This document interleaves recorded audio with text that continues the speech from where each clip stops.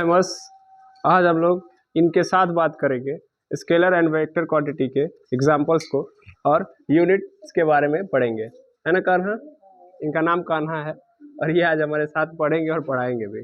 बोलिए हाय कान्हा, हाय बोलिए, ऐसे करिए, ऐसे करिए, इधर कैमरे में हाय बोलिए। हाँ गुड, चलिए देखा जाए। अब हम लोग इधर देखेंगे। हम लोगों ने इससे पहले स्केलर एंड वेक्टर क्वांटिटी के बारे में देख लिया था कि स्केलर क्वांटिटीज क्या होती हैं, जिनका डायरेक्शन चेंज होने पर वैल्यू में कोई चेंज नहीं आता है, वो क्या होती हैं? स्केलर क्वांटिटी होती हैं। अब हम आज देखेंगे कौन कौन सी क्वांटिटीज स्केलर क्वांटिटीज होती हैं। वैसे तो बहुत सारी क्वांटिटीज होती हैं जिनका डायरेक्शन चेंज करने पे वैल्यू के अंदर कोई चेंज नहीं आता है, ठीक है। लेकिन हम लोग जब देखेंगे तो बात करेंगे यहाँ पे देखिएगा कि कुछ ऐसे होंगे जो हम ट्रिक के थ्रू समझ लेंगे ताकि आसानी से याद कर पाए। जैसे एक ट्रिक है, फेमस ट्रिक है इसका, उसका दाल MSC से आता है, आता है, ठीक है। अब देखिएगा इसमें से ऊ सबसे पहले निकालता हूं मैं, तो ऊ से होगा ऊर्जा, ऊर्जा। फिर निकालूंगा मैं स से होगा समय, का से होगा कार्य, दा से हो जाएगा दाब, ल से हो जाएगा लंबाई, ठीक है। फिर आया है एम से हो जाएगा मास, एस से हो जाएगा स्पीड, सी से हो जाएगा करंट, ठीक है ना। देखिए जहां हिंदी था हिंदी में लिखा, जहां पे ABCD वाला आ गया वहां पे मैंने ABCD के अंदर डाल दिया, ठीक है। अब देखिए से इसके अंदर क्या है, साइलेंट है, दैट मीन्स इसका कोई मतलब नहीं है। फिर आता है आ से होता है आयतन, ता से होता है ताप, ता से हो जाता है ताप, ठीक है। और है फिर से इसमें क्या हो जाएगा, साइलेंट, यानी इसका भी कोई मतलब नहीं है। तो ये जो क्वांटिटी है, ऊर्जा को इंग्लिश में क्या बोलते हैं, एनर्जी, यानी ऊर्जा मतलब एनर्जी, कान्हा ऊर्जा मतलब एनर्जी। समय का मतलब टाइम, समय का मतलब टाइम, बोलते रहो। कार्य का मतलब वर्क, कार्य का मतलब वर्क। दाब का मतलब प्रेशर, हाँ प्रेशर, गुड। लंबाई का मतलब लेंथ, लंबाई का मतलब लेंथ, क्या बोलो, लेंथ। मास को हिंदी में क्या बोलते हैं, द्रव्यमान। स्पीड को बोलते हैं चाल, और करंट को बोलते हैं धारा, विद्युत धारा।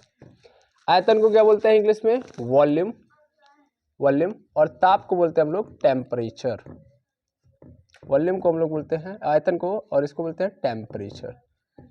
तो ये मेरे पास क्या है, ये मेरे पास स्केलर क्वांटिटीज है, ठीक है। आई थिंक ये बात आपको समझ में आ गई होगी कि स्केलर क्वांटिटी किनको बोलेंगे, ठीक है। चलिए अब कान्हा जो है बैठेंगे, अब बैठेंगे आप वहाँ पे, ठीक है, बैठ जाइए ताकि वहाँ से आप आराम से पढ़िए और खेलते रहिए, ओके। बैठ जाइए आप 1 सेकंड के लिए, तब तक आप नोट करिए।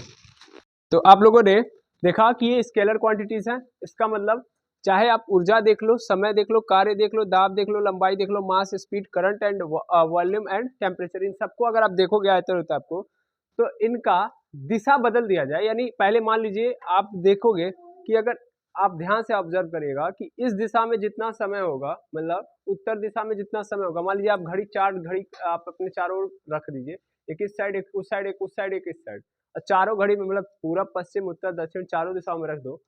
क्या कभी पूरब वाले में जो टाइम दिखाएगा पश्चिम वाले में टाइम दूसरा दिखाएगा? नहीं सर, एक एग्जैक्ट टाइम पे, मतलब एक exact point of instantaneous point पे अगर आप देखोगे, तात्क्षणिक बिंदुओं पे देखोगे, तो हर कंडीशन में आपको समय क्या दिखाई देगा, सेम दिखाई देगा। क्या दिशा बदलने से समय बदल रहा है? क्या उत्तर में जो समय बदल, मान लीजिए इस समय 4:50 हो रहा है उत्तर दिशा में, तो क्या साउथ में जाएंगे तो 4:53 हो जाएगा? नहीं ना। तो डायरेक्शन चेंज होने पे दिशा का कोई मतलब नहीं होता है, दिशा डायरेक्शन चेंज होने पर टाइम के अंदर कोई चेंज नहीं आता है, इसलिए क्या है, स्केलर क्वांटिटी यानी अदिश राशि है ये, ठीक है। तो अदिश राशियों की कहानी यही है। टेम्परेचर भी चेंज नहीं होने वाला है, यानी अगर 100 डिग्री सेल्सियस पे पानी उबलता है, तो मैं अगर उत्तर दिशा में 100 डिग्री सेल्सियस पे उबाल रहा हूँ, तो दक्षिण दिशा में मैं अगर चला रहूँगा तो भी 100 डिग्री सेल्सियस पे पानी उबलेगा, भाप बनेगा, ठीक है ना। इन चीज़ों के अंदर कोई चेंज नहीं आने वाला है। Is that clear? इनको हम बोलते हैं अदिश राशियाँ, यानी स्केलर क्वांटिटीज। अब हम आगे देखेंगे वेक्टर क्वांटिटीज कौन कौन सी हैं। आप ट्रिक के अनुसार आसानी से याद कर सकते हैं कि उसका दाल MSc से आता है, ठीक है। अब देखेंगे हम वेक्टर क्वांटिटी को। चलिए वेक्टर क्वांटिटी देख लीजिएगा। तो वेक्टर क्वांटिटीज यानी सदिश राशियां, सदिश राशियां। तो सदिश राशियों की अगर मैं बात करूंगा तो वो राशियां, इनका भी एक ट्रिक है, इन राशियों का भी ट्रिक है। इस ट्रिक को समझ लेंगे। वो ट्रिक क्या है? असंभवी विवत्व,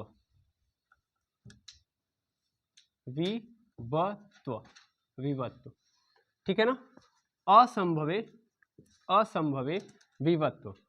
अब अ से अगर आप देखोगे तो क्या नजर आएगा आपको?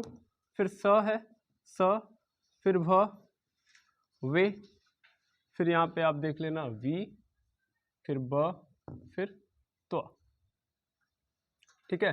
चलिए नीचे से देखेंगे हम लोग। तो सबसे पहले त्व से होता है त्वरण। त्व से क्या हो जाता है? त्वरण। इंग्लिश में हम इसको क्या बोलते हैं? एक्सीलरेशन, एक्सीलरेशन, ठीक है ना, एक्सीलरेशन बोलते हैं। ओके। उसके बाद ब से अगर मैं बात करूं तो ब से क्या हो जाता है? बल। बल मतलब फोर्स यानी बल। ये वैसी क्वांटिटीज होती हैं सदिश राशियां जिनका दिशा बदलने पे परिमाण में क्या आ जाता है? चेंज आ जाता है। यानी दिशा बदली जाएगी तो वैल्यू में भी क्या आ जाएगा?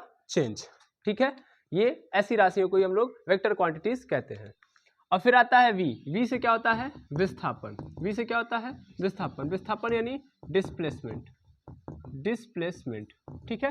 तो विस्थापन मतलब डिस्प्लेसमेंट। फिर आता है वेग। वेग, वेग मतलब वेलोसिटी, तो वेलोसिटी, वेलोसिटी। फिर आता है हमारे पास भ। अच्छा, भ से क्या कौन सी क्वांटिटी हो सकती है? अभी तो इससे पहले आप लोगों ने नहीं देखा होगा, हाँ बताइए। भ से कौन सी आ सकती है? से आपके अनुसार कौन सा ऐसा क्वांटिटी भ से स्टार्ट हो रहा होगा? कोई वेक्टर क्वांटिटी बोलिए। अच्छा, 100 से बताइए। क्या आपने बोला? भ से? ऐसा बिल्कुल नहीं है, दिमाग में रखिएगा, हैं? चलिए ठीक है, सही है। भार, दिशा बदलने पे भार भी क्या हो जाएगा? चेंज, ठीक है ना। अभी बता रहा हूँ क्यों। स से क्या होगा? संवेग। स से क्या होगा? संवेग। अच्छा, भार को बोलते हैं वेट, WEIGST। अच्छा, संवेग। आवेग, अ से क्या हो जाएगा? आवेग, खत्म। तो आवेग को, संवेग को बोलते हैं हम लोग मोमेंटम, मोमेंटम। और आवेग को बोलते हैं हम लोग इम्पल्स, ठीक है। तो ये टोटल कितनी है देखा जाए तो यहाँ पे मैंने कितने लिखवाए हैं? 1 2 3 4 5 6 7, टोटल 7 इसमें लिखवाए हैं। ऐसा नहीं कि सिर्फ इतनी ही होती है, बहुत सारी होती हैं, ठीक है ना। लेकिन आपको इतना याद रखना है कि इतनी जो होती हैं आपको दिमाग में रखनी ही है। ये कैसी राशियाँ हैं? सदिश राशियाँ। यानी दिशा बदलोगे तो परिमाण यानी वैल्यू में क्या आ जाएगा? चेंज, यानी वैल्यू क्या हो जाएगी? चेंज। क्लियर है ये बात? हाँ या ना? अब आपके मन में क्वेश्चन आना चाहिए कि भार क्यों चेंज होता है। तो आप सबको पता है द्रव्यमान कभी भी नहीं चेंज हो सकता, लेकिन भार क्या हो जाता है? चेंज हो जाता है। आपको पता है ना कि जब भार में, भार आप ध्यान से समझोगे, जब भी हम पृथ्वी के ही क्या बोलते हैं पोल पे जाएंगे तो वहाँ भार कुछ और होगा। क्या बोलते हैं सेंटर पे आएंगे तो भार कुछ और होगा, और फिर जितना हम सेंटर से दूर जाएंगे उतना भार कुछ और होगा।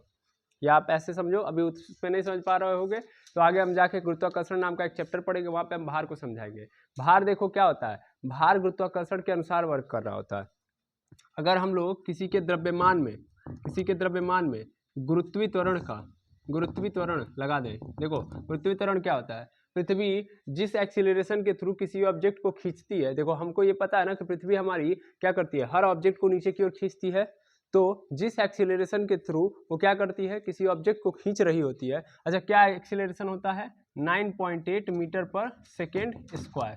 यानी हर सेकेंड के अंदर जो पृथ्वी है, हर सेकेंड के अंदर जिस ऑब्जेक्ट को खींच रही होती है उसकी स्पीड 9.8 मीटर पर सेकेंड बढ़ा देती है, ठीक है।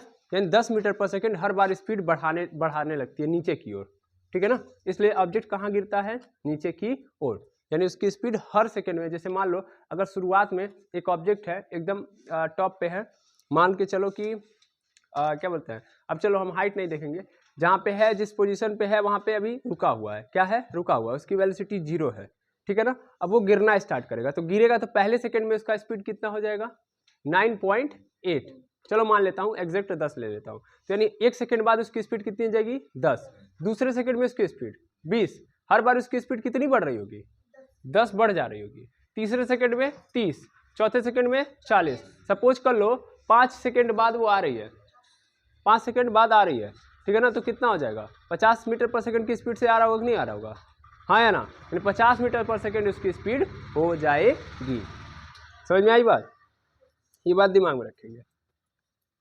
हमने इसमें मास को कंसीडर नहीं किया है, तो ये बात दिमाग में रखेंगे। तो वही चीज़ है, अब मान लो अगर गुरुत्वीय त्वरण चेंज तो भार भी क्या हो जाएगा चेंज। मान के चलो कि ये देखो W इज इक्वल टू क्या होता है, W इज इक्वल टू होता है, यहाँ पे मैं लिख रहा हूँ W इज इक्वल टू होता है mg, W is equal to क्या होता है mg। मास कभी बदलता है नहीं सर, ये क्या है फंडामेंटल फिजिकल क्वांटिटी है, आपको पता होगा मास क्या है, फंडामेंटल फिजिकल क्वांटिटी है, वो कभी चेंज नहीं होता है, चाहे आप दुनिया के किसी कोने में ले जाओ या दुनिया छोड़ के किसी और प्लानेट पे चले जाओ, मास नेवर विल बी चेंज। लेकिन गुरुत्वाकर्षण क्या हो जाता है चेंज हो जाता है, गुरुत्वाकर्षण क्या हो जाता है चेंज। आप सबको पता है कि पृथ्वी पे गुरुत्वाकर्षण कुछ और है, चंद्रमा पे जाओगे गुरुत्वाकर्षण कुछ और है, जुपिटर पे जाओगे गुरुत्वाकर्षण कुछ और है, आपको पता है ना। आपके वहाँ जितना गुरुत्वाकर्षण लगता है पृथ्वी पे, उसका छठा भाग कहाँ लगता है चंद्रमा पे। आप देखते हो कि हम यहाँ पे आसानी से चल लेते हैं, लेकिन चंद्रमा पे जाएंगे तो इतनी आसानी से नहीं चल पाएंगे। हमारे वहाँ पृथ्वी एकदम चिपका के रखती है, ठीक है ना, इसलिए हम ऊपर नहीं जा सकते, लेकिन चंद्रमा पे एकदम चिपका के नहीं रख पाती है, इसलिए हमको जंप कर करके क्या करना पड़ता है चलना पड़ता है, क्योंकि वहाँ गुरुत्वाकर्षण क्या है कम। तो एक बात बताओ, अगर मैं गुरुत्वाकर्षण बढ़ाऊंगा या घटाऊंगा तो W का मान इन्हीं दोनों पे तो डिपेंड कर रहा है भाई, द्रव्यमान तो बदलने वाला नहीं है, तो कौन बदल रहा है ये, तो ये अगर ये बदलेगा यानी घटेगा या बढ़ेगा, तो ये वही घटेगा बढ़ेगा कि नहीं घटेगा बढ़ेगा, यानी भार में कमी आएगी कि नहीं आएगी। अगर गुरुत्वाकर्षण कम हो रहा है तो भार भी क्या हो जाएगा कम, गुरुत्वाकर्षण बढ़ेगा तो भार भी क्या हो जाएगा बढ़ जाएगा। समझ में आ रहा। अगर हमारा भार इस समय कितना है 60 किलोग्राम, कहाँ पे है पृथ्वी पे है, कहाँ पे है पृथ्वी पे हमारा भार कितना है 60 किलोग्राम, तो अगर जाओगे चंद्रमा पे तो कितना हो जाएगा 10 किलोग्राम, यानी भार में क्या आ गया परिवर्तन, क्यों, क्योंकि गुरुत्वाकर्षण हमारे वहां से छठा भाग वहां पे लग रहा होता है, ठीक है ना। क्या बात समझ में आई, यानी हमारा भार यहाँ पे कितना, पृथ्वी पे अगर 60 किलोग्राम है तो चंद्रमा पे कितना हो जाएगा 10 किलोग्राम। इसीलिए जो एस्ट्रोनॉट्स होते हैं उनको अगर कहीं भी भेजा जाता है, जैसे किसी ग्रह पे भेजा जाता है, तो वहाँ पे जितना गुरुत्वाकर्षण है उस गुरुत्वाकर्षण को यहाँ पे आर्टिफिशियली बनाया जाता है यानी मशीन के अंदर, और यहाँ पे पहले उनको प्रैक्टिस कराया जाता है कि आप कैसे इस गुरुत्वाकर्षण के अंदर चलेंगे या रहेंगे या मूवमेंट करेंगे, तब जाके किसी एस्ट्रोनॉट को भेजा जाता है, क्योंकि वहाँ पे हमारा भार कम हो जाएगा। तो हम जैसे यहाँ पे चलते हैं एकदम भारी भारी है, वहाँ पे हल्के हो जाएंगे, तो एकदम ऐसे ही नहीं चल पाएंगे, सच बात है ना। तो भार क्या हो जाता है चेंज, क्योंकि भार किस पे डिपेंड करता है द्रव्यमान और गुरुत्वीय त्वरण पे। द्रव्यमान कभी नहीं बदलता है, लेकिन गुरुत्वीय त्वरण बदल जाता है। हर ग्रह का गुरुत्वीय त्वरण क्या होता है अलग अलग होता है। हमारी पृथ्वी पे ही जब आप ध्रुवों पे जाएंगे यानी उत्तरी ध्रुव और दक्षिणी ध्रुव पे जाएंगे तो वहां भी गुरुत्वीय त्वरण का मान क्या हो रहा होगा चेंज हो जा रहा होगा। इसलिए पोल पे जब जाएंगे तो भार में भी क्या आ जा रही होगी, भार में भी क्या आ जा रहे होंगे चेंज। तो जब भी कोई चीज चेंज हो जा रही है पोजीशन चेंज करने पे, यानी उसकी वैल्यू में चेंज आ जा रही है पोजीशन चेंज करने पे, तो उसी को तो बोलते हैं वेक्टर क्वांटिटी, ठीक है ना। वेक्टर क्वांटिटी कैसे याद रखेंगे, असंभवे विभक्त, ठीक है ना। अ से आवेग इंपल्स, स से संवेग यानी मोमेंटम, फिर भ से भार यानी वेट, वे से वेग यानी वेलोसिटी, वी से विस्थापन यानी डिस्प्लेसमेंट, ब से बल यानी फोर्स, और त्व से मतलब त्वरण एक्सीलरेशन। ओके, तो इसको आप क्या कर लीजिए नोट। अब इसके बाद हम स्टार्ट करते हैं यूनिट्स को, ठीक है। चलिए इसको पहले नोट करिए, चलिए देखेंगे। तो इसके आगे हम लोग देखेंगे, तो हम लोगों ने ये देख लिया, अब हम लोग देखेंगे यूनिट्स एंड मेजरमेंट। नहीं सर क्या बोल रहा है, यूनिट देखना है हमको, मेजरमेंट नहीं देखना है। चलिए यूनिट देखते हैं, व्हाट इज यूनिट। लेकिन जरूरत क्यों पड़ी, फिजिक्स के अंदर हर चीज एक जरूरत के अनुसार चलती है भाई। प्रॉब्लम ये थी कि हमारे पास हजारों फिजिकल क्वांटिटी फैल चुकी है, और हर फिजिकल क्वांटिटी एक फिजिकल फिनोमिना होने के कारण ही हो रही है। दैट मीन्स एक फिनोमिना हो रहा है, एक घटना हो रही है, और उस घटना के कारण क्या उत्पन्न हो रही है, फिजिकल क्वांटिटी हो रही है। अब फिजिक्स का काम ये है कि भाई उन चीजों को मेजर करना, दैट मीन्स कि उसको ये बताना कि कितना ये फिजिकल क्वांटिटी इन्वॉल्व है।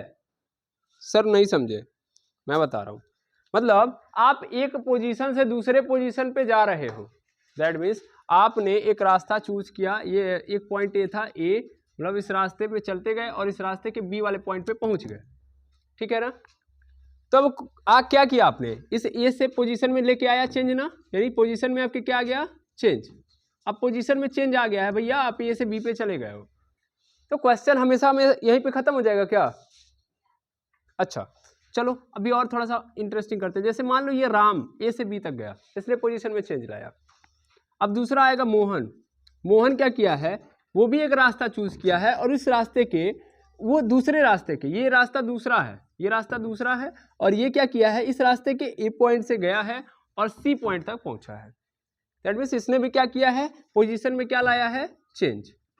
तो अब क्वेश्चन, अब दोनों लोगों ने बोला देखो मैं भी चेंज लेके आया हूं, राम ने बोला मैं भी देखो चेंज लेके आया हूं, मोहन ने बोला देखो मैं भी चेंज लेके आया हूं, है? तो दोनों ने बोला मोशन मैंने किया है, मतलब हम दोनों ने क्या किया है, मोशन किया है।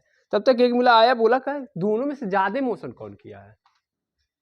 एक मिला पूछा कि बताओ ये राम और ये मोहन कि तुम दोनों में से पोजीशन में ज्यादा चेंज किसने लाया है, समझे। तब प्रॉब्लम क्रिएट हो गई, किसने ज्यादा पोजीशन में चेंज लाया है, ज्यादा। दैट मीन्स अब हमको कंपैरिजन करना पड़ेगा, हमको ये बताना पड़ेगा कि राम कितना पोजीशन में चेंज लाया है और मोहन कितना पोजीशन में चेंज लाया है। फिर देखेंगे हम जब कितना का आंसर मिल जाएगा तो किसका ज्यादा पोजीशन में चेंज आया है, तो ज्यादा पोजीशन में चेंज लेके आया, यानी उसने ज्यादा मोशन किया है। यानी मोशन किसने ज्यादा किया है वो तभी हमको पता लग सकता है जब हम ये बता सकते हैं कि पोजीशन के अंदर चेंज कितना आया है ना। पहला क्वेश्चन यहाँ पे निकल के आ रहा है, यानी अब हमको फाइंड आउट करना पड़ेगा कितना पोजीशन में चेंज आया है, ठीक है। तो राम ने गिना, राम ने गिन के बता दिया भैया मैंने 10 किया है, ठीक है। मैंने कितना किया है, पोजीशन में कितना चेंज लाया है, 10। कहां से आ रहा है मुझे नहीं पता, चलो 10 नहीं, मैं कर लेता हूं इसको 100 पोजीशन में चेंज आया है। अच्छा मोहन ने बताया मैंने कितना किया है, मैंने 200 किया है, मैंने कितना किया है, 200 किया है, ओके ठीक है। चलो तो इस हिसाब से देखा जाए पोजीशन में किसने ज्यादा चेंज लाया है, मोहन ने। इसका मतलब सबसे ज्यादा मोशन किसने किया है, मोहन ने। क्लियर हो गया, ठीक है। तो फिर वो आदमी जब झगड़ा लगाने वाला था फिर वो आया, अच्छा तुमने 100 किया, तुमने 200 किया, अच्छा कौन जल्दी मोशन में, मतलब ज्यादा, इसने ज्यादा मोशन किया है, इसने कम मोशन किया, ठीक है, लेकिन कौन कितने टाइम में मोशन किया है। यानी 100 मीटर मतलब ये 100 का चेंज लाया, ये 200 का चेंज लाया, तो कितने समय में किसने किसने लाया। दैट मीन्स मोहन ने ये 200 का चेंज कितने समय में लेके आया है, कितने टाइम में लेके आया है। तो अभी मोहन ने देखा, ऑब्जर्व किया, मैंने पुनः देखा कि मैंने 200 का चेंज कितने देर में लाया है, तो उसने ऑब्जर्व किया, और ऑब्जर्व करके बताया कि मैंने 10 में लेके आया है। किस में लेके आया है, 10 में, ठीक है। और राम ने जब देखा तो राम ने भी बताया, और राम ने बोला कि मैंने किस में लेके आया है, मैंने लाया है 5 में। किस में लाया है, 5 में, ओके। अच्छा जब ये दोनों इंफॉर्मेशन एक चौथा व्यक्ति आएगा और देखेगा तो क्या बताएगा, इसमें 100 और 5 और 100 और 200 और 10 क्या है। सर हमें कुछ नहीं पता। दैट मीन्स मतलब ये देखो यार, हम लोग ऑब्जर्वेशन कर रहे हैं, 3 लोग हैं, राम, मोहन और वो तीसरा व्यक्ति। मान लेता हूं कि वो कौन था, घुरऊ था, ठीक है ना। तो घुरऊ था, वो आके झगड़ा लगा रहा था, ठीक है ना। तो इन तीनों के अलावा एक बात बताओ, इन तीनों को तो पता है कि 100 क्या है, इसके पोजीशन का चेंज बता रहा है, 5 क्या बता रहा है, टाइम। मोहन क्या बता रहा है, मतलब ये मोहन का 200 का क्या है, पोजीशन का चेंज है, और इसमें टाइम कितना लगा, 10 लगा है। लेकिन क्या चौथा व्यक्ति जो कतवारू है, अगर वो आ गया और इन चीजों को देखेगा और मतलब उसके सामने ये डाटा रखा जाएगा, वो बता पाएगा कि क्या है ये कौन सी फिजिकल क्वांटिटी के बारे में दिया गया है, ये कौन सी फिजिकल क्वांटिटी, ये कौन सी फिजिकल क्वांटिटी, ये कौन सी फिजिकल क्वांटिटी है। नहीं ना बता पाएगा। हम नहीं समझे सर। भाई मैं तुमसे क्वेश्चन पूछ रहा हूँ कि ये बताओ राम ने कितनी दूरी चली, कतवारू से पूछूंगा तो कतवार बताओ बेटा कितना दूरी चला है राम, फिर देख के बताओ तो लिखा गया, तो कतवारू क्या बताएगा। इसमें से कौन सी चीज आपको देखने पे ये पता चल रही है कि ये दूरी बता रही है, या इसमें से कौन सी ऐसी चीज देखने पे आपको पता चल रही है कि ये समय बता रही है। कोई ऐसी चीज नहीं है। वहां पे आती है प्रॉब्लम। यानी अगर एक फिनोमिना हो रहा है, घटना हो रही है, तो उसके कारण क्या उत्पन्न होगी, फिजिकल क्वांटिटी। अब प्रॉब्लम ये है कि अगर वो फिजिकल क्वांटिटी आ रही है तो हमको रिप्रेजेंट तो करना पड़ेगा कि ये फिजिकल क्वांटिटी है। दैट मीन्स यहाँ पे दूरी आई है, यहाँ पे समय आया है, यहाँ पे स्पीड आई है, यहाँ पे वेलोसिटी आई है, यहाँ पे डिस्प्लेसमेंट आया है। तो कोई तो ऐसी चीज होनी चाहिए जो इनको रिप्रेजेंट करा पाए कि हाँ ये वाली फिजिकल क्वांटिटी यहाँ पे आई है। यानी आप देखते ही बता दो कि यहाँ पे कौन सी फिजिकल क्वांटिटी आई है, ठीक है। तो उस चीज को डिराइव करने के लिए, इस प्रॉब्लम को खत्म करने के लिए हम लोग किसका निर्माण करते हैं? यूनिट का। यूनिट मेजर करता है और वो रिप्रेजेंट करता है कि कितनी कौन सी फिजिकल क्वांटिटी है। यूनिट क्या रिप्रेजेंट करता है कि ये फिनोमिना हुआ है तो कौन सी फिजिकल क्वांटिटी पैदा हुई है, कौन सी फिजिकल क्वांटिटी उत्पन्न हुई है, यानी फिजिकल क्वांटिटी की पहचान बता रहा होता है। कैसे? जो ही मैंने इस अभी जस्ट देखोगे तो 100 के बगल में क्या बोले लिख दिया? मीटर, और 5 के बगल में क्या लिख दिया? सेकेंड। यहाँ पे 200 के बगल में क्या लिख दिया? मीटर, और 10 के बगल में क्या लिख दिया? सेकेंड। अब 1 सेकेंड नहीं लगेगा, तुम ये बता दोगे कि इसमें राम ने कितनी दूरी चली है, यानी पोजीशन में कितना चेंज लाया है? 100 मीटर। और राम ने कितना समय लिया 100 मीटर लाने में? 5 सेकेंड। यानी ये जो सेकेंड है वो किस फिजिकल क्वांटिटी को रिप्रेजेंट कर रहा है? टाइम को। और ये जो मीटर है वो किस फिजिकल क्वांटिटी को मतलब रिप्रेजेंट कर रहा है? डिस्टेंस को। तो 2 मिनट लगा ना? क्रैश हो गया सब? हाँ या ना? यानी यूनिट क्या बता रहा होता है भैया? यूनिट पहचान बता रहा होता है कि कौन सी फिजिकल क्वांटिटी आई है। क्या बात समझ में आई? हाँ या ना? तो यूनिट क्या बताता है? कौन सी फिजिकल क्वांटिटी इन्वॉल्व हुई है इस फिनोमिना के थ्रू। क्लियर है ये बात? चलिए तो अब हम यूनिट देखते हैं, ठीक है ना। देखो यार, बुक के अंदर क्या दिया गया है और मैं क्या बता रहा हूं उसमें थोड़ा सा डिफरेंस अगर आपको नजर आएगा तो आप ये मत सोचिएगा। देखिए मैं स्पेसिफिकली मोटी मोटा आपको समझा रहा हूं कि एक्चुअल में यूनिट क्या है। ओके, तो इस चीज को आप समझ के रखिएगा। चलिए मैं इसको मिटा रहा हूं और समझिएगा यूनिट को।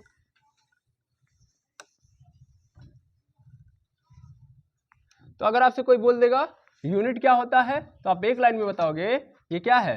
फिजिकल क्वांटिटी की पहचान। फिजिकल क्वांटिटी की पहचान, आइडेंटिटी है भैया unit. Identity of physical quantity unit है। यूनिट को हिंदी में क्या बोलते हैं? मात्रक। ठीक है, मात्रक। क्या है ये मात्रक? क्या है? पहचान है फिजिकल क्वांटिटी की। कौन सी फिजिकल क्वांटिटी है आप कैसे पहचानोगे? उसकी यूनिट को देखकर। कैसे? जैसे मैंने यहाँ पे लिख दिया 100 डिग्री सेल्सियस। कौन सी फिजिकल क्वांटिटी है ये? किस फिजिकल क्वांटिटी की बात कर रहा हूँ मैं? Sir temperature. डिग्री सेल्सियस को डिग्री सेल्सियस कब आता है? जब आप तापमान नापते हो तभी तो।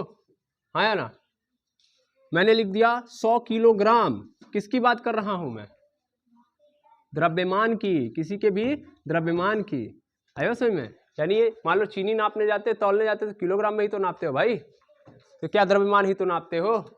है बस समझ में? हाँ या ना? ठीक है, जस्ट अभी देखोगे, अभी और थोड़ा सा देखो। जैसे कि मान लो मैंने लिख दिया 50 मीटर पर सेकेंड। 50 मीटर पर सेकेंड, तो ये मीटर पर सेकेंड क्या किस फिजिकल क्वांटिटी की पहचान है? सर स्पीड की। किसकी है? स्पीड। स्पीड यानी चाल की। तो आप यूनिट देख के फिजिकल क्वांटिटी बता सकते हो। ठीक है, तो जैसी फिजिकल क्वांटिटी उसकी वैसे ही पहचान, यानी उसकी वैसे ही यूनिट। ठीक है, तो अब हम देखते हैं टाइप्स ऑफ यूनिट, ताकि हम सभी फिजिकल क्वांटिटी को पहचान पाए। अच्छा, क्वेश्चन है मेरा कि कितने टाइप की फिजिकल क्वांटिटी तुमने देखी है? सर फिजिकल क्वांटिटी हमने 2 टाइप की देखी है। यस और नो? 2 टाइप देखी है। पहला on the basis of existence, तो उसमें हम लोगों ने बोला था fundamental physical quantity. Fundamental physical quantity. और दूसरा बोला था डिराइव्ड फिजिकल क्वांटिटी। बोला था कि नहीं बोला था? तो फंडामेंटल फिजिकल क्वांटिटी है, तो इन फंडामेंटल फिजिकल क्वांटिटी के अंदर टोटल कितनी आती थी? 7। इनके अंदर कितनी आती थी? 7। और इन 7 की जो पहचान बताएगा उनको बोलेंगे हम लोग फंडामेंटल यूनिट। क्या बोलेंगे? Fundamental unit. Simple. Fundamental physical quantity की पहचान बताने वाले यूनिट को क्या बोलेंगे? यानी जो पहचान बताएगा उसको क्या बोलेंगे? Fundamental unit. आया समझ में? Fundamental unit. अब ये बताओ फंडामेंटल यूनिट कितने होंगे भैया? 7 होंगे। कितने होंगे? 7। क्लियर है ये बात? ठीक है, चलिए देखिए कौन कौन से। पहला, सबसे पहले हम लोगों ने फंडामेंटल, इधर लिखोगे फंडामेंटल फिजिकल क्वांटिटी और इधर लिखो फंडामेंटल यूनिट। सबसे पहला क्या था मेरे पास? सर वो था लेंथ। क्या था? लेंथ। लेंथ यानी लंबाई, और लंबाई को की फंडामेंटल यूनिट क्या है? मीटर। यानी जहाँ पे भी मीटर आएगा उसको हम लोग क्या कहेंगे? उसको हम लोग बोलेंगे ये किसकी बात कर रहा है? लेंथ की। ठीक है ना? यानी मीटर में अगर कोई चीज लिखी गई है तो ये किसकी बात कर रही होगी? लंबाई की। ठीक है ना? दूसरा है हमारे पास मास। मास मतलब द्रव्यमान। द्रव्यमान, द्रव्यमान को किस में नापना है? किलोग्राम में, किग्रा में, किस में नापना है? किग्रा में। यानी अगर कोई चीज किलोग्राम में लिखा गया है, यानी हमारे सामने अगर लिख दिया 100 किलोग्राम, तुरंत क्या पकड़ लेना है? किसकी बात कर रहा है? मास की। क्लियर है? ये किसकी फंडामेंटल यूनिट है? तो मास की। ये मास की पहचान बताता है। अब तीसरे नंबर पे आता है टाइम। क्वेश्चन है भैया टाइम को कौन रिप्रेजेंट करता है? समय को कैसे हम देखेंगे? कहाँ पे कौन सी यूनिट रिप्रेजेंट कर रही होगी समय को? यानी समय की पहचान कौन बताएगा? सेकेंड। यानी किसी के बगल में क्या लिखा होगा? सेकेंड। तो इसका मतलब आपको तुरंत क्या पकड़ लेना है कि ये क्या है? टाइम की बात कर रहा है। ठीक है। टाइम के बाद हम चौथे नंबर पे जाएंगे। तो चौथे नंबर पे हमारे पास आता है टेम्परेचर। टेम्परेचर, टेम्परेचर, टेम्परेचर मतलब तापमान। और तापमान को हम लोग किस में रिप्रेजेंट करेंगे? केल्विन में। किस में? केल्विन में। देखिए कई लोगों के मन में चल रहा होगा, कई लोगों के मन में चल रहा होगा कि केल्विन के अलावा सर हम डिग्री सेल्सियस में नापते हैं, फ़ारेनहाइट में नापते हैं। देखो यार, हम लोग सिस्टम ऑफ यूनिट्स के अंदर यही पढ़ेंगे, अलग अलग देशों के अलग अलग तरीके के नापने के तरीके हैं। ये जो मैं बता रहा हूँ ये एसआई सिस्टम है। कौन सा सिस्टम है? SI, international system. इसको आगे मैं एक्सप्लेन करूँगा, ठीक है ना। हमें फिजिक्स के अंदर इनको इसी फॉर्मेट में लेके चलना है। जब हम न्यूमेरिकल लगा रहे होंगे तो हम फंडामेंटल यूनिट यही यूज करेंगे। टेम्परेचर को ऑलवेज किस में लेंगे? केल्विन में। अगर सेल्सियस में दिया है तो उसको हम क्या कर लेंगे? चेंज कर लेंगे केल्विन में। इसको हम लोगों ने पढ़ लिया है, ठीक है ना। अगर नहीं आ रहा होगा तो इसके बारे में भी एक्सप्लेनेशन दिया जाएगा। टेम्परेचर के बाद हमारे पास पाँचवें नंबर पे क्या आता है? पाँचवें नंबर पे हमारे पास आता है current electricity. Current electricity, current electricity मतलब विद्युत धारा। और विद्युत धारा को किस में नापते हैं हम लोग? एम्पियर में, एम्पियर में, ठीक है ना। अच्छा, सबका रिप्रेजेंटेशन भी कर लीजिए। इसको स्मॉल m से रिप्रेजेंट किया जाता है, इसको kg से रिप्रेजेंट किया जाता है, इसको सेकेंड से रिप्रेजेंट किया जाता है, इसको केल्विन से, इसको a से, ठीक है ना। इसको a लिखा गया, मतलब यहाँ पे लिख दिया गया है 100 A, तो इसका मतलब आप क्या समझ लेना? 100 एम्पियर, 100 एम्पियर। हाँ, इसको यहाँ पे ध्यान दीजिएगा। चलिए, हमारे एक एमएस ने बताया कि यहाँ पे डिग्री केल्विन होगा।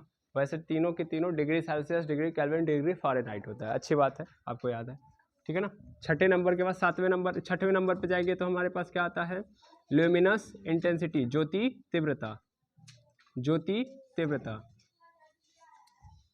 ज्योति तीव्रता। और ज्योति तीव्रता को हम लोग क्या नापते हैं? किस में नापते हैं? कैंडेला में। किस में नापते हैं? कैंडेला में। कैंडेला, कैंडेला, CD, क्या बोलते हैं? CD। और सातवें नंबर पे आता है क्वांटिटी ऑफ सब्सटेंस। सब्सटेंस इसको लिख लीजिएगा, यानी हिंदी में बोलते हैं इसको पदार्थ की मात्रा। और पदार्थ की मात्रा को हम लोग नापते भी किस में हैं? मोल में। किस में नापते हैं? मोल में।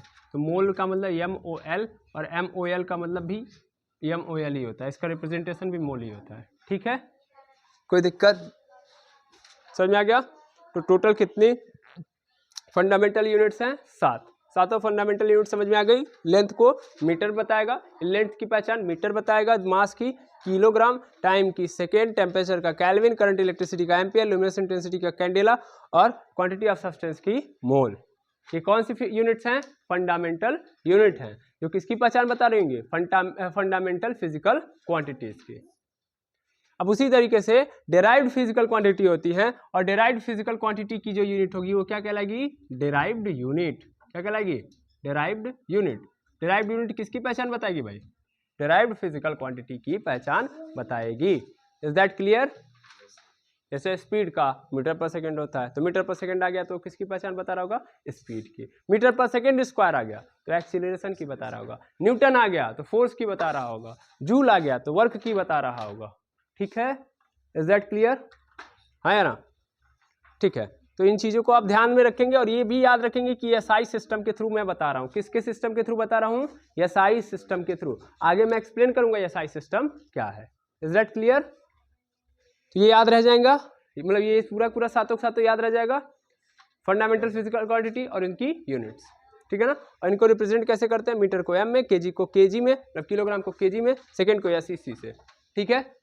इनको आप नोट कर लीजिए। और आगे हम लोग डिराइव्ड फिजिकल क्वांटिटी देखेंगे, और सिस्टम ऑफ यूनिट्स देखेंगे। और कल हमारा ये पूरा का पूरा लेक्चर यहाँ पे यूनिट्स वाला कहानी खत्म हो जाएगा, ठीक है। तो पहले इसको आप लोग नोट कर लीजिए। थैंक यू वेरी मच आज के लिए, क्योंकि अभी मैंने एक्स्ट्रा मतलब थोड़ा टाइम एक्सटेंड हो गया है, तो मैं इतने पे यार डन करता हूँ। इसके आगे मैं कल बताऊँगा। कोई भी डाउट हो तो ज़रूर बताएंगे, ठीक है ना, इसको नोट कर लीजिए। Thank you very much MS.